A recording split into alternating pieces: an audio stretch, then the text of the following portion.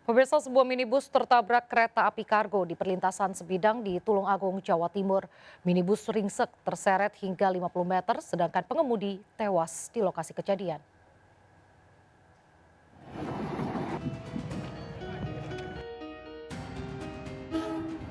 Kecelakaan terjadi di perlintasan kereta api tanpa penjaga di Desa Pelosok Kandang, Kedungwaru, Kabupaten Tulungagung, Selasa siang.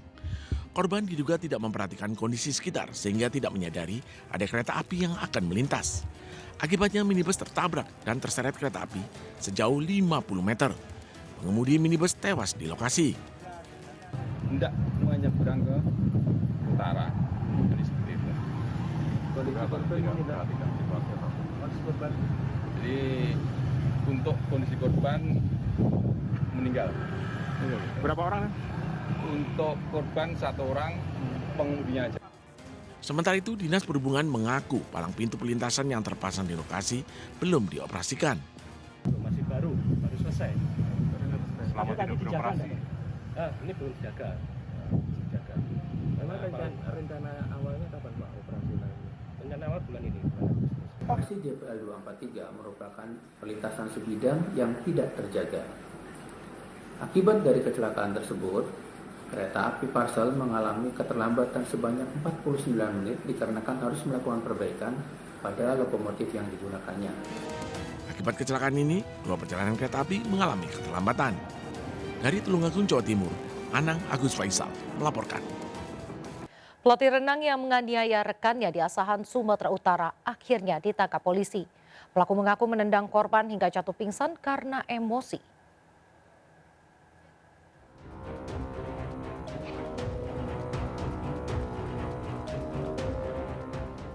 JS 40 tahun tertunduk malu usai ditangkap polisi dan ditetapkan sebagai tersangka setelah melakukan tindakan kekerasan terhadap sesama guru renang di Asahan, Sumatera Utara. Pelaku harus mempertanggungjawabkan perbuatannya usai dilaporkan korban dan pihak keluarga serta pemeriksaan sejumlah saksi. Polisi menyatakan perkelahian keduanya karena adanya kesalahpahaman terkait pemakaian kolam renang dan adanya perselisihan biaya pelatihan renang anak didik. Yang diawali adalah miskomunikasi berkaitan dengan sarana latihan kolam renang antara anak didik korban. Akhirnya terjadilah tindak penganiayaan tersebut yang dilakukan oleh saudara JS kepada Ibu Asliani Siregar, di mana saudara JS ini melakukan tendangan 3 kali ke arah paha korban dan 1 kali ke arah ke mulut korban. Sehingga korban pingsan dan sempat dibawa ke rumah sakit untuk perawatan.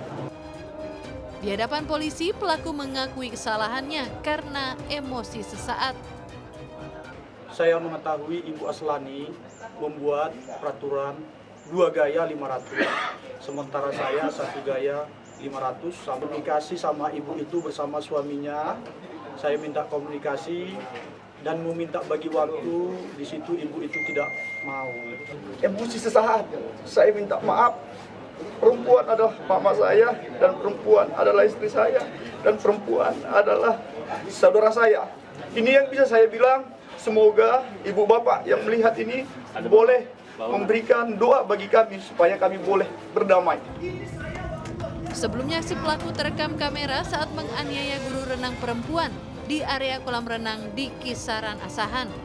Pelaku berulang kali menendang tubuh dan bagian vital korban hingga tak sadarkan diri dan jatuh ke kolam. Hingga kini korban masih menjalani pemulihan luka memar dan trauma. Pelaku dikenakan pasal 351 ayat 1 dengan ancaman hukuman 2 tahun 8 bulan penjara atas kasus penganiayaan. Dari Asahan, Sumatera Utara, Ulil Amri melaporkan. Ketua Komisi 3 DPR RI Bambang Wuryanto alias Bambang Pacul mengkritisi salah satu beleit dalam peraturan pemerintah tentang kesehatan yang baru ditandatangani Presiden Jokowi. Dalam peraturan tentang kesehatan sistem reproduksi, tercantum penyediaan alat kontrasepsi untuk kelompok usia sekolah dan juga remaja.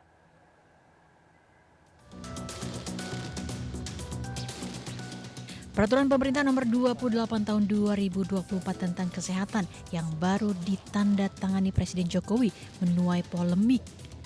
Karena dalam salah satu aturan tentang kesehatan sistem reproduksi terdapat pasal yang mengatur bentuk pelayanan kesehatan sistem reproduksi untuk usia sekolah atau pelajar dan remaja. Dalam pasal 103 ayat 4 huruf E disebutkan bahwa pelayanan kesehatan reproduksi usia sekolah dan remaja adalah dengan menyediakan alat kontrasepsi. Hal ini dikritisi Ketua Komisi 3 dari fraksi PDIP Perjuangan Bambang Wuryanto atau Bang Pacul. Dirinya mengaku tidak setuju penyediaan alat kontrasepsi untuk pelajar dan remaja. Ketua DPD PDIP Jawa Tengah ini pun meminta agar pasal tersebut dikaji ulang serta pemerintah tidak gegabah menjalankan peraturan tersebut. Kalau kontrasepsi untuk anak pelajar itu logikanya kan mengesahkan hubungan seks. Kalau itu benar loh ya, kalau itu benar itu berarti seolah-olah kan bisa diasumsikan itu mengesahkan hubungan seks pranikah. Ya pasti nggak, pasti di sini akan ditolak. Ini kan kita belum liberal kayak di Belanda, nggak bisa begitu. Peraturan pemerintah nomor 28 tahun 2024 merupakan turunan dari Undang-Undang nomor 17 tahun 2023 tentang kesehatan. Dari Pekalongan, Jawa Tengah, Suryono Soekarno, iNews melaporkan. Kebijakan pemerintah terkait penyediaan alat kontrasepsi bagi pelajar dan remaja menuai kontroversi dari berbagai pihak. Mayoritas warga menilai aturan tersebut justru akan dapat memicu penyalahgunaan alat kontrasepsi yang berujung pada meningkatnya kasus seks bebas di kalangan remaja. Artinya ini belum saatnya untuk dikeluarkan ya, karena justru dikeluarkan menjadi pusat perhatian masyarakat. Dan itu untuk siswa itu menurut saya cukup kaget ya. Kenapa sampai ada aturan seperti ini muncul, dan untuk siswa menurut saya tidak, terus terang kalau ditanya setuju atau tidak setuju, saya tidak setuju sampai kenapa ada muncul peraturan seperti ini. Karena memunculkan hal ini jadi seperti kayak bumerang ya. Itu aja, terima kasih. Untuk alat kontrasepsi untuk siswa ya, itu sebenarnya aku baru dengar sih Kak. Cuman kalau misalnya itu buat kesehatan siswa sendiri sih nggak masalah ya gitu. Terus kan balik lagi ke orang tua masing-masing apakah menyetujui atau enggak gitu. Kurang mendukung ya, karena aku lebih ke mending siswanya itu ditanamkan dari segi agama dan apanya. Jadi dia tuh memang belum saatnya untuk melakukan hubungan suami istri, karena dia di situ istilahnya sebagai siswa bukan sebagai pasangan suami istri. Pasti kalau pelajar kan belum menikah kan gitu. Pemirsa, Joni Kala, bocah asal desa Silawan, Kabupaten Belu, Nusa Tenggara Timur yang viral menyelamatkan bendera merah putih yang putus saat upacara bendera pada 17 Agustus 2018 sempat dinyatakan gagal mengikuti seleksi TNI karena faktor tinggi badan. Namun harapan masih ada karena TNI memberi kesempatan Joni untuk ikut lanjut seleksi anggota TNI.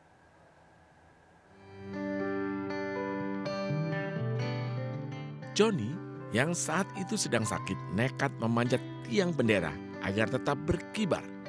Aksi heroiknya viral. Akhirnya diundang Presiden Joko Widodo untuk hadir di Istana Negara di depan Menteri dan Panglima TNI. Sempat ikut seleksi TNI, Joni dinyatakan gagal karena alasan tinggi badan. Meskipun Joni sudah menyerahkan bukti seperti penghargaan dari Panglima TNI dan dari Menteri Pendidikan. Mungkin saya akan mempersiapkan lagi yang lebih mantap, tapi untuk tinggi badan saya sudah berusaha semaksimal mungkin, tapi tetap yang sama saja. Selain itu, Serka Duarte Babinsa Desa Silawan terus melakukan pendampingan hingga Joni tamat dan bercita-cita masuk TNI. Jadi mengenai tinggi badannya, kita lihat bersama bahwa memang di bawah 163, maka itu untuk selanjutnya. Karena khusus Joni, kita berdoa semoga perhatian khusus untuk si Joni. Kayung bersambut, TNI melalui Kapendam Udayana, Kolonel Infanteri Agung Udayana mengatakan Joni Kala diberi kesempatan untuk lanjut seleksi masuk menjadi prajurit TNI. Aksi heroik yang viral pada tahun 2018 saat upacara 17 Agustus dan mendapat penghargaan dari Panglima TNI dan Mendikbud menjadi bahan pertimbangan Joni lanjut ikut seleksi prajurit TNI. Dari Kabupaten Belu, Nusa Tenggara Timur, Stefanus Delapayong melaporkan.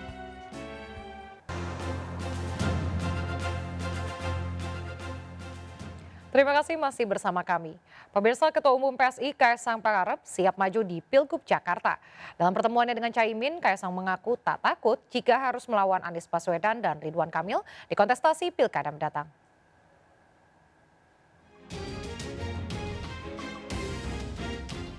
Menghadapi Pilkada 2024, Ketua Umum PSI Kaisang Pangarep menemui Ketua Umum PKB Muhaimin Iskandar di kantor DPP PKB Jakarta Pusat Selasa siang. Dalam pertemuan tersebut, Kaisang Pangarep mengaku siap melawan Ridwan Kamil dan Anies Baswedan yang maju pada Pilgub Jakarta mendatang. Dirinya menegaskan tak takut dan berani jika nantinya diminta masyarakat untuk maju ke Pilgub melawan kedua tokoh politik senior tersebut. Meski demikian, Kaisang menuturkan pihak PSI belum memutuskan siapa sosok yang akan didukung di Pilgub Jakarta nanti. DKI ataupun Jawa Tengah. Seperti yang saya bilang sebelumnya, Jawa Tengah ini rekom dari PSI akan segera kami berikan kepada Bapak Ahmad Lutfi. Dan untuk DKI, kita sambil masih menunggu. Saya sendiri seperti yang Gus Ketum tadi masih bilang, masih istikharah dulu. Tapi ketika ada permintaan dari masyarakat, terkhusus DKI, saya siap melawan Pak Anies Baswedan. Saya pun juga siap untuk melawan Pak Ridwan Kamil. Saya kira itu aja. Ya, terima kasih. Sementara Caimin mengaku berdiskusi dengan Kaisang terkait arah dukungan di pilkada di berbagai daerah, terutama Jakarta dan Jawa Tengah. KB menginginkan kerjasama dimanapun dengan PSI. Soal nanti jodoh kayak apa, itu ada prosesnya. Nah, sampai hari ini saya nggak ngerti Kim Plus itu apa. Kalau sudah pilkada itu ya sudah semua pihak sama. Tidak ada Kim, tidak ada Jong-un. Tidak ada Jong-ul, nggak ada Kim Yong, yang kimchi nggak ada. Jadi yang nggak ada itu. Pokoknya bagi kami pilkada itu semua partai sama, ada cocok dalam berbagai perkembangannya. Itulah kita bareng, kita jalan. Di Jakarta, Amrina Rida, Rizky Yulianto, iNews melaporkan. Artis Ali Syakib dan Bupati Bandung Dadang Supriyatna mengurus SKCK ke Mapolresta Bandung dan memeriksa kesehatan di Rumah Sakit Otto Iskandar di Nata, Kabupaten Bandung. Kader PDIP yang pindah ke Gerindra tersebut mendampingi Dadang Supriyatna maju pada Pilkada Kabupaten Bandung.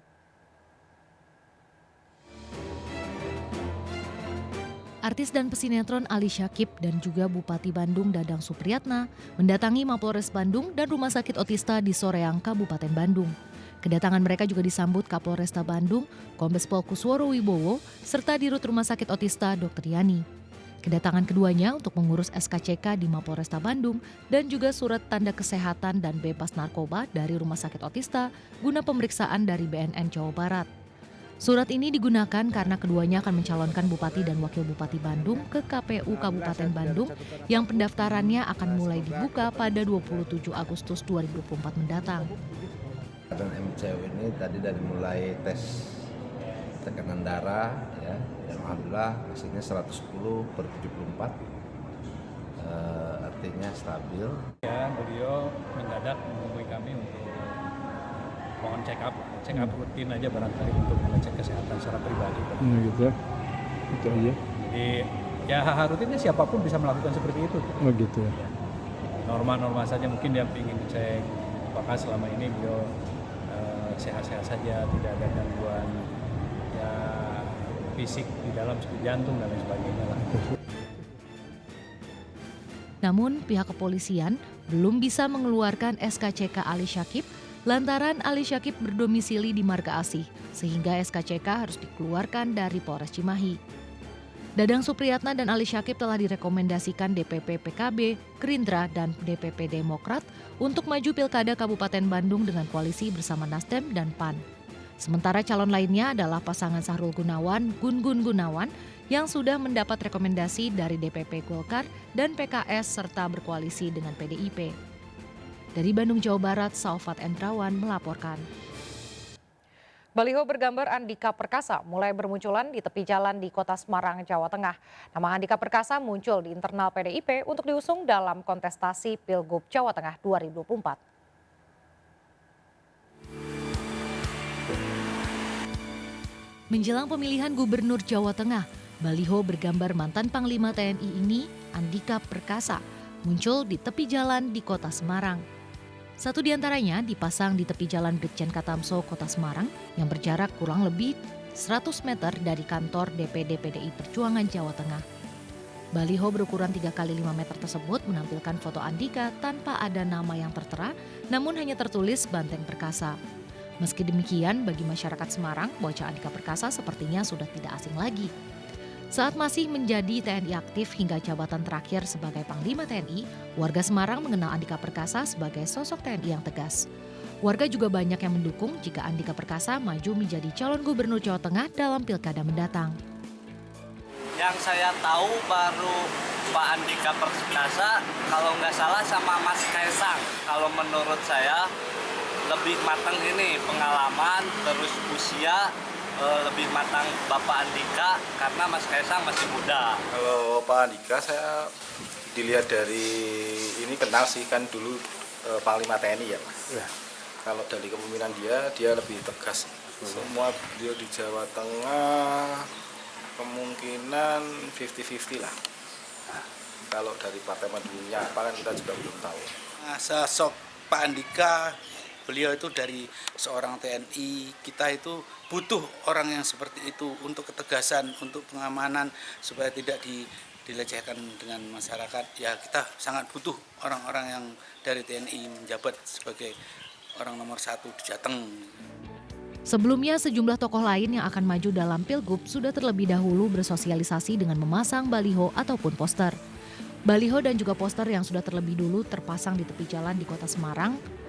Ada Ahmad Lutfi, mantan Kapolda Jawa Tengah, Sudaryono yang kini menjadi Wamentan, lalu Gus Yassin, mantan Wakil Gubernur Jawa Tengah, serta Gus Yusuf, Ketua DPW PKB Jawa Tengah.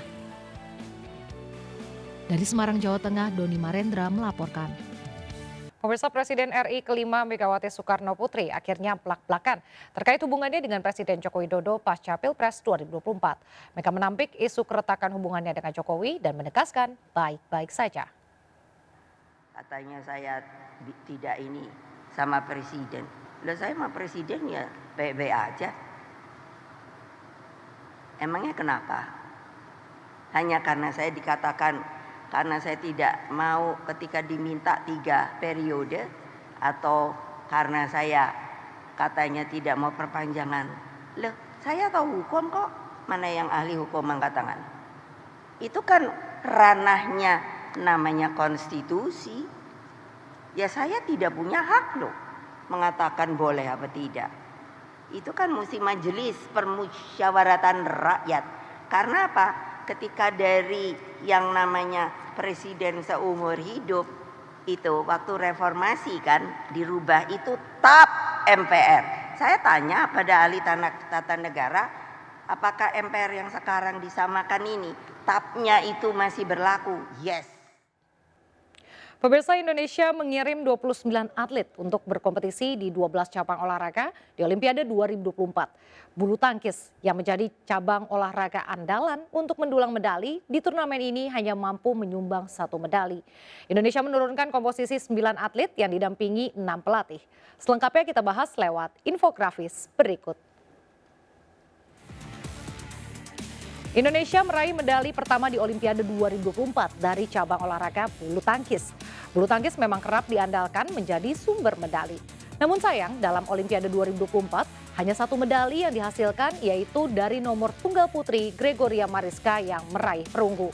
Itu setelah calon lawan yang akan dihadapi oleh Gregoria, yaitu Carolina Marin asal Spanyol, terpaksa mengundurkan diri di babak semifinal karena cedera lutut. nomor lain harus terhenti lebih awal di babak penyisihan grup. Yaitu ada tunggal putra Jonathan Christie dan juga Anthony Sinisuka Ginting. Lalu ada ganda putri Apriani Rahayu, Siti Fadia Silva Ramadanti. Lalu ganda campuran ada Rino Rivaldi dan juga Pita Haning Tias Mentari. Sementara ganda putra Fajar Alfian Muhammad Rian Ardianto sudah gugur di perempat final.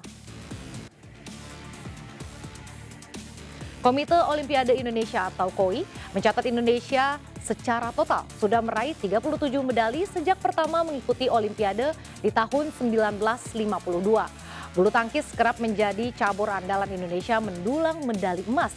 Olimpiade Barcelona 1992, Indonesia sukses meraih 2 medali emas melalui tunggal putri Susi Susanti dan tunggal putra Alan Budi Kusuma. Indonesia juga mendapat 2 medali perak dan 1 perunggu.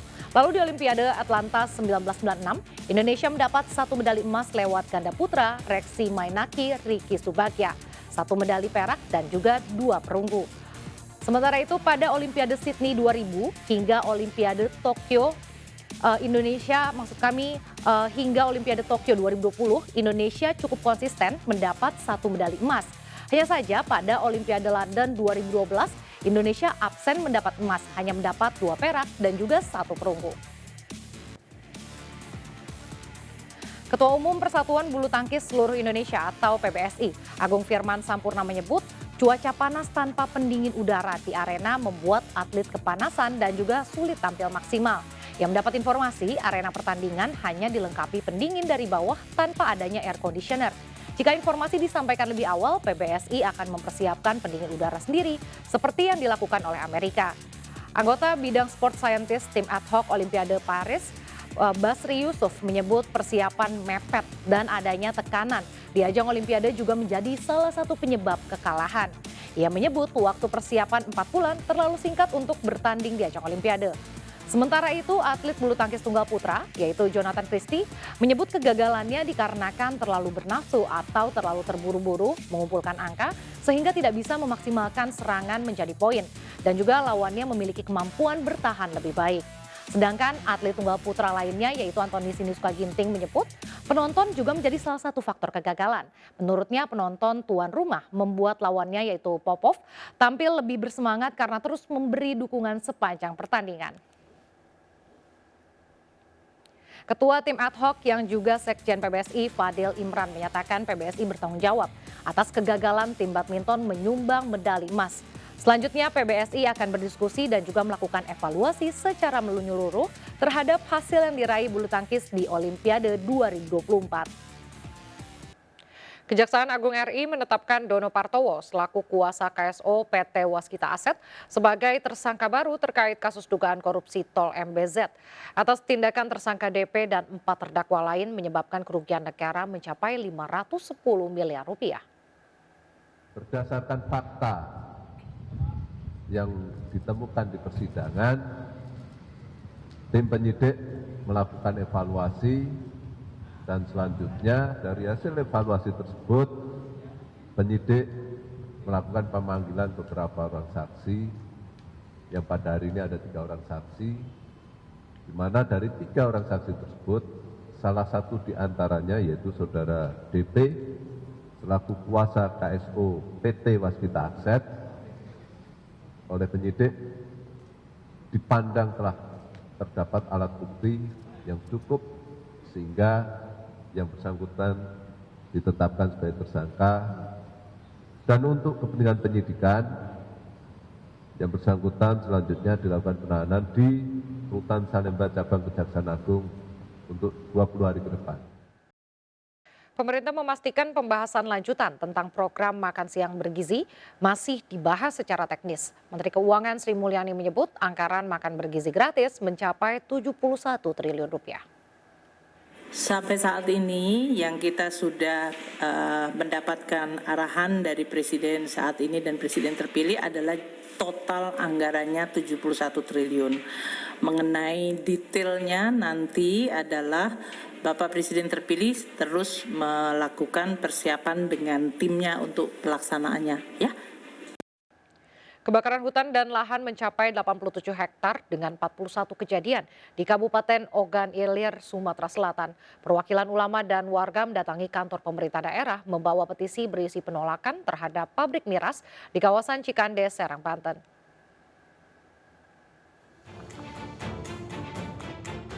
Kebakaran hutan dan lahan di Kabupaten Ogan Ilir, Sumatera Selatan mencapai 87,6 hektar dengan 41 kejadian. Terjadi di 3 kecamatan. BPBD siagakan 8 posko sejak bulan Januari hingga 5 Agustus. Kebakaran semakin meluas mengingat prediksi BMKG hujan akan turun pada akhir Agustus mendatang. Perwakilan ulama, warga dan Ikatan Sarjana NU dari Kabupaten Serang, Banten mendatangi kantor pemerintah daerah membawa petisi penolakan terhadap pabrik miras di kawasan Cikande, Serang, Banten. Pemerintah diminta segera bertindak untuk menutup pabrik miras yang berada di Cikande. Pemerintah daerah tidak pernah memberikan izin pabrik miras, diduga menyalahgunakan perizinan hingga dapat memproduksi hampir 1 tahun. Dari Ogan Komuter Ilir dan Serang, Banten, Fitriadi dan Mahesa melaporkan.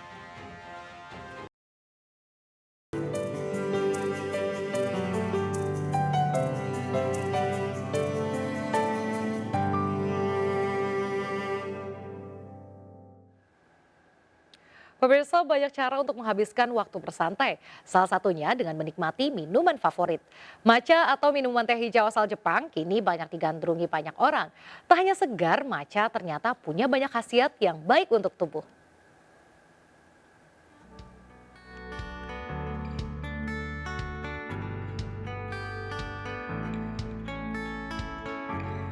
Waktu bersantai pemirsa, biasanya identik dinikmati dengan segelas kopi. Tapi saya punya rekomendasi alternatif minuman lain yang bukan hanya menyegarkan tapi menyehatkan, yaitu matcha. Bubuk teh hijau khas dari negeri Sakura Jepang ini punya beragam cara untuk dinikmati. Dan apa saja khasiatnya? Yuk kita cari tahu.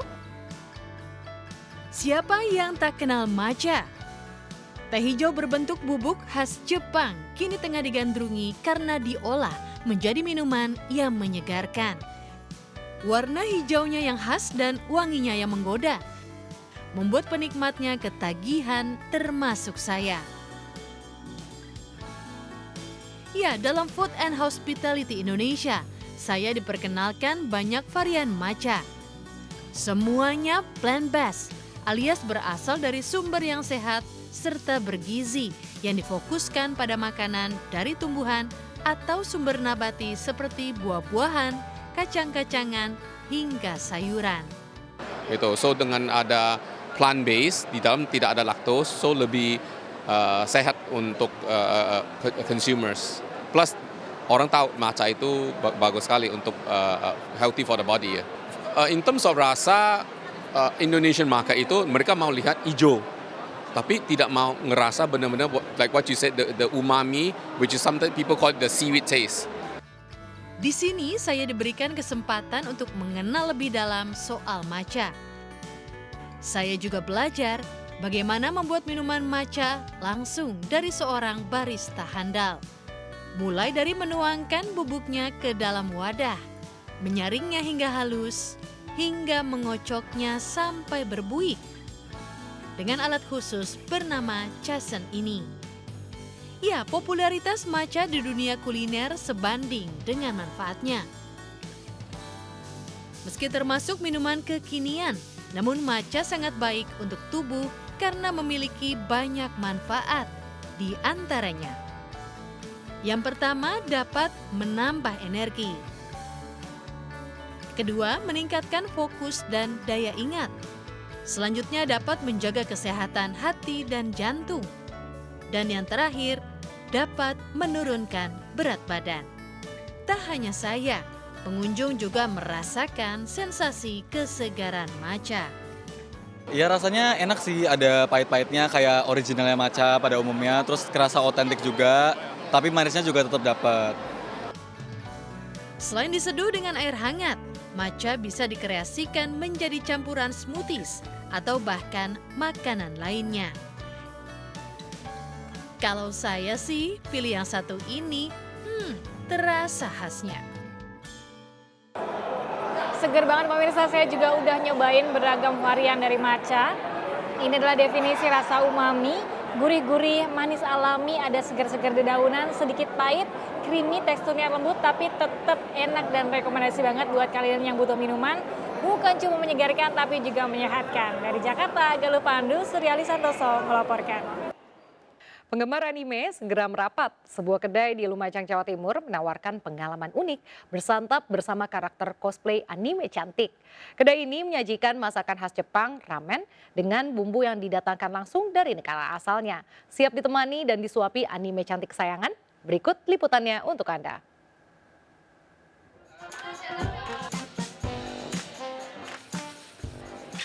Semangkuk ramen dengan berbagai topping dan kuah kental sungguh menggoda dan menggugah selera. Tapi bukan ini satu-satunya daya tarik kedai ramen ini, melainkan yang satu ini. Bersantap ramen khas Jepang ditemani karakter anime cantik kesayangan. Wih, cosplay karakter anime yang cantik dan ramah menyambut Anda saat masuk kedai ramen ini. Anda akan ditemani makan, disuapi ramen, dan boleh juga kalau mau curhat. Bikin senang sekaligus grogi.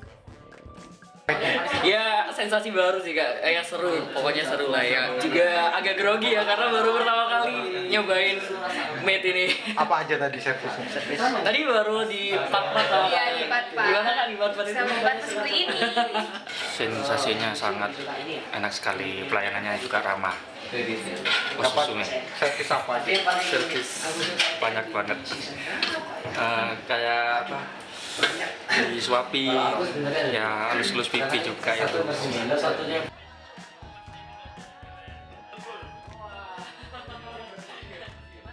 Tak hanya suasananya, ramen disajikan dengan bumbu yang didatangkan langsung dari Jepang.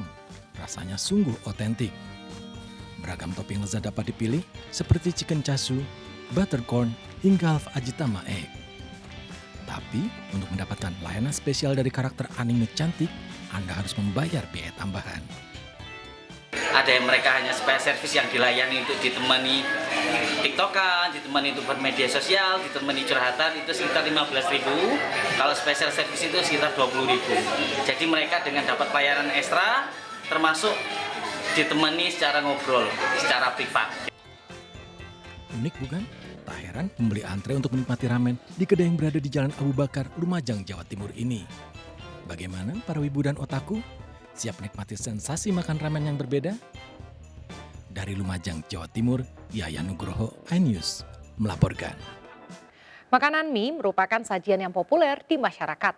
Namun mie yang satu ini berbeda, yaitu dengan topping kikil sapi yang mempunyai tekstur yang kenyal. Mie nyemek kikil sapi, kuliner yang nikmat dan gurih menggoda selera.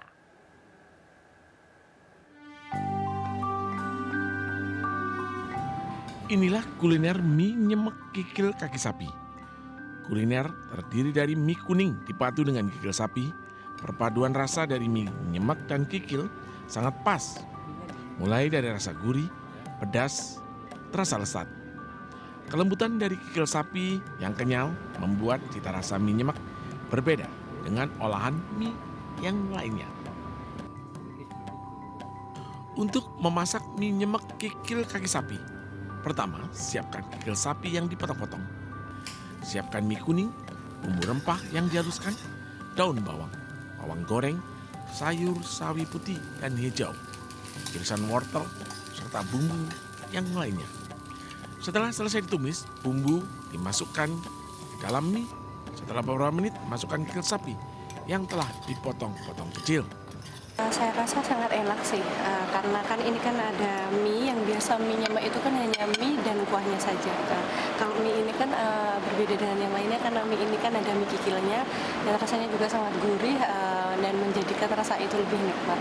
Kalau misalnya mie kan biasanya pakainya tuh ayam, sapi. Kalau sekarang di Gracious Bay Hotel Dharma kita coba di menu barunya yaitu pakai kikil. Dan kikilnya tuh punya cita rasa yang asin dan gurih, jadi pas banget di perpaduan mie nyemek kikil ini. Masakan mie nyemek kikil sapi dibuat untuk memanjakan pengunjung. Paduan rasa kikil sapi dan mie nyemek, nikmat dan gurih. Dikatakan mie nyemek karena memasak mie dengan kuah yang sedikit. Orang Surabaya biasa menyebutnya dengan mie nyemek. Digodok tapi dengan kuah sedikit, tapi kita kasih yang beda dengan kikil. Jadi ada sesuatu yang beda di situ. Kenapa dikasih kikil? karena kita belum pernah tahu kalau ada mie, ada kikinya. Jadi kita pakai kreasi baru yang mungkin menarik tamu untuk datang ke sini. Anda tertarik untuk mencoba kuliner yang satu ini? Langsung saja ke restoran di kawasan Darmo, Surabaya bersama keluarga tercinta atau Anda membuatnya di rumah. Dari Surabaya, Jawa Timur, Rahmat Ilyas melaporkan.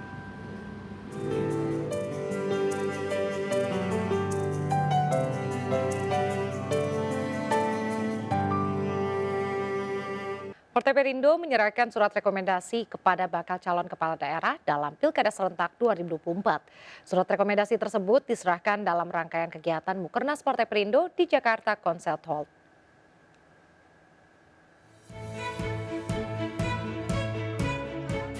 Ketua Harian Nasional Partai Perindo, Angela Tanusudibyo menyerahkan surat rekomendasi dukungan untuk bakal calon wali kota Makassar, Munarfi Arifudin, dan bakal calon Bupati Halmahera Selatan, Rusihan Jafar. Bakal calon kepala daerah ini akan langsung tancap gas mensosialisasikan program unggulannya kepada masyarakat. Makassar ini adalah gerbang Indonesia Timur. Sebagai gerbang itu harus menata diri supaya orang yang hadir di kota Makassar itu bisa lebih betah ada di Makassar. Sehingga persoalan-persoalan dan kemasyarakatan, sosial kemasyarakatan yang ada di Makassar harus segera diminimalisir. Bagi kami adalah pendidikan dan kesehatan gratis itu adalah menjadi modal utama kami dalam upaya membangun Kabupaten Halmahera Selatan. Partai Perindo berharap para bakal calon yang mendapat rekomendasi bisa berjuang membangun daerahnya untuk Indonesia sejahtera. Kita lebih pada bagaimana peningkatan kesejahteraan petani dan nelayan, serta bagaimana peningkatan ekonomi masyarakat yang ada di Belaang Lombok Utara. Demikian juga kesehatan, pendidikan, kita akan lebih meningkatkan bagaimana taraf hidup daripada masyarakat dalam hal menyekolahkan anak dan bagaimana mereka mendapatkan pelayanan kesehatan yang cukup. Cita-cita kami, visi misi kami, bagaimana masyarakat Kabupaten Bol Provinsi Sulawesi Tengah akan menjadi sejahtera, cerdas, terus kemudian memiliki kesehatan, dan kami pun menyatakan untuk memerangi yang namanya korupsi. Setelah menyatakan dukungannya, seluruh pengurus, kader, dan simpatisan Partai Perindo akan bekerja keras untuk memenangkan Pilkada Serentak 2024 mendatang. Dari Jakarta, Dilami Aulia, Muharlin, Muhammad Zulkarnain, iNews melaporkan. Melalui program 1 juta masker, MNC Peduli kembali menyalurkan masker kepada para pasien yang tengah berjuang melawan penyakit kanker. Kali ini MNC Peduli berkolaborasi dengan komunitas Taufan dalam menyalurkan masker gratis untuk para pasien pejuang kanker.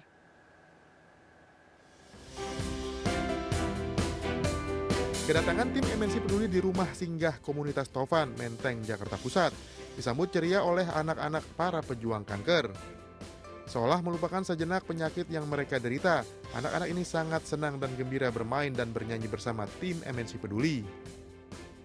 Dalam kesempatan ini, MNC Peduli dan komunitas Taufan menyalurkan 10.000 masker untuk melindungi pasien selama dalam proses pengobatan ke rumah sakit, serta memberikan susu bernutrisi tinggi. Ini kegiatan rutin setiap minggu bahwa kami mengunjungi pasien-pasien yang sedang menjalani konsultasi ataupun juga pasien-pasien yang sedang rawat inap. Ini adalah kegiatan home visit. Jadi base camp kami di sini di sekitar rumah sakit agar lebih memudahkan bertemu dengan para pasien dan juga orang tuanya. Kayak pampers, susu, dan bantuan masker itu kita sebenarnya butuh banget karena kan memang itu di luar dari BPJS. Karena buat teranak itu nggak cuma seminggu, kadang kita nanti balik lagi untuk kontrol. Sedangkan kontrol kadang seminggu sekali, nggak sering kontrol untuk kemo, mau kemo, ngajuin kemo, dan untuk kontrol per bulannya. Melalui berbagai program unggulan, MNC Peduli terus menghadirkan generasi sehat anak bangsa, terutama bagi anak-anak pejuang kanker di seluruh pelosok Indonesia. Dari Jakarta, Muharlin, iNews melaporkan. Laga penentu gelar juara Liga Futsal Profesional 2023-2024 di Gor Ken Arok Malang, Jawa Timur menampilkan permainan sengit antara Bintang Timur Surabaya melawan Kancil WHW Pontianak. Bintang Timur Surabaya akhirnya keluar sebagai juara Liga Futsal Profesional 2024 setelah mengalahkan Kancil WHW dengan skor 4-0.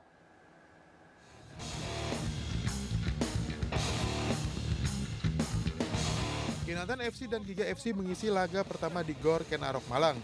Duel dua tim papan bawah di Liga Futsal Profesional 2024 di Seri Malang berakhir dengan kemenangan Kinantan FC dengan skor 4-3. Sementara pada laga kedua menampilkan permainan sengit antara Bintang Timur Surabaya melawan Kancil WHW Pontianak. BTS yang memimpin klasemen sementara bermain cepat dan langsung menggebrak pertahanan Kancil WHW. Gol demi gol berhasil disarangkan BTS, hingga akhir pertandingan BTS mengungguli Kancil WHW dengan skor 4-0. Kemenangan ini memastikan BTS keluar sebagai juara Liga Futsal Profesional 2023-2024. Di laga ketiga yang digelar di Gor Ken Arok Malang, Cosmo JNE berhadapan dengan Unggul FC. Cosmo JNE mampu menguasai arena dan mengakhiri permainan dengan skor 3-2. Sementara di laga keempat, Sadakata United yang berhadapan dengan Halus FC bermain imbang dengan skor 4-4. Sedangkan di laga kelima, Favage Banua menang telak 10-4 saat berhadapan dengan Moncong Bulu FC.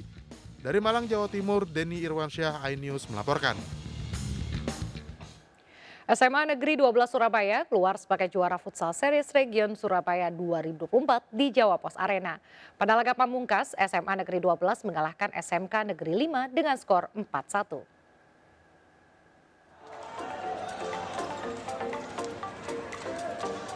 Gelaran Liga Futsal Series Surabaya 2024 telah memasuki hari terakhir. Pada laga penutup ini mempertemukan dua tim kuat dari SMA Negeri 12 melawan SMK Negeri 5 Surabaya. Dipadati ribuan penonton, laga yang berjalan di Jawa Pos Arena ini berjalan sangat seru dan menarik. Dari menit awal kedua tim saling jual beli serangan. Hasilnya tim SMA Negeri 12 mampu unggul di menit-menit awal pertandingan. Hingga 15 menit babak pertama berakhir, kedudukan masih tetap bertahan 1-0. Usai turun minum, kedua tim tidak mengendorkan tempo permainan. Kedua tim bermain cukup sengit hingga mampu menambah pundi-pundi gol bagi kedua tim. Laga semakin panas ketika wasit mengeluarkan 2 kartu merah untuk pemain SMK Negeri 5 Surabaya. Situasi ini mampu dimanfaatkan oleh SMA Negeri 12 dengan membekuk lawannya 4-1. SMA Negeri 12 sebagai pemenang Futsal Series Region Surabaya 2024 berhak mewakili Surabaya di tingkat nasional. Dari Surabaya, Jawa Timur, Sony Hermawan,